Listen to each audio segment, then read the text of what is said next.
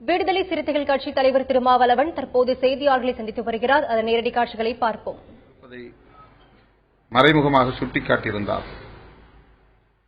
மைய அரசின் கருத்தை அறிய வேண்டும் என்பது ஒருபுறம் இருந்தாலும் கூட மாநில அரசு அவர்களை விடுவிப்பதற்கான வாய்ப்பு அங்கே இருப்பதாக நம்மால் உணர முடிந்தது.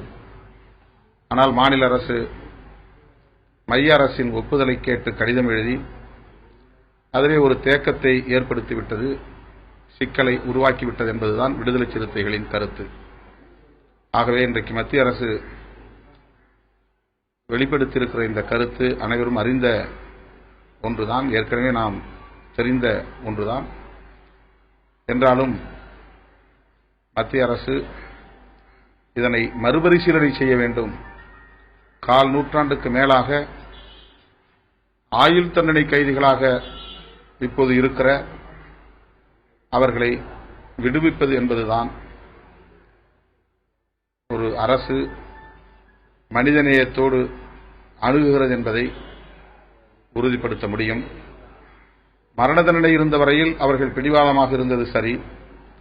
இப்போது அவர்கள் அனைவருமே ஆயுள் தண்டனை கைதிகளாக மாற்றப்பட்டு விட்டார்கள் உச்சநீதிமன்ற தீர்ப்பின் அடிப்படையில்.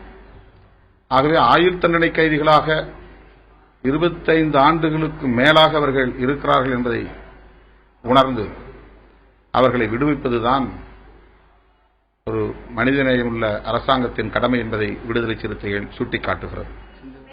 இந்த விவகாரத்தில் தமிழக அரசுடைய செயல்பாடு சரியான நேரத்தில் தமிழக அரசு தமிழர்களுக்கு நல்லது செய்வதை போன்ற பாசாங்கு செய்து கொண்டே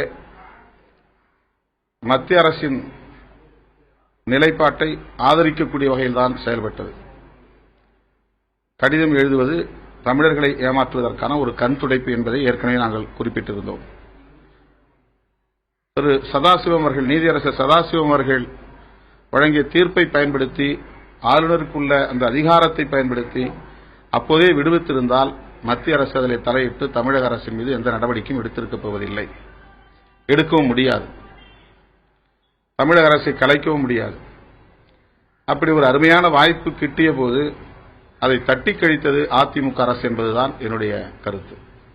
வேட்பாளர் பட்டியல் நேற்று தினம் 2ஆம் கட்ட இன்று பிற்பகல் 2 மணி அளவில் அறிவிக்கிறோம். அனைத்து 14 வேட்பாளர்களும் அறிவிக்கப்படும். தாமதத்திற்கு எதுவும் காரணமில்லை. எங்களுடைய உயர்நிலைக்குழு கூட்டத்திலே நேற்று நாங்கள் இறுதி செய்துவிட்டோம். விடுதலை சிறுத்தைகள் கட்சித் தலைவர் தொல் திருமாவளவன் தற்போது செய்தியாளர் சந்திப்பின் போது பேசிய நேரடி காட்சிகளை தற்போது பார்த்தோம். இதில் ராஜீவ்காந்தி கொலையாளிகளின் விடுதலை விவகாரம் குறித்து அவர் தெரிவித்த கருத்துக்களை பார்த்தோம்.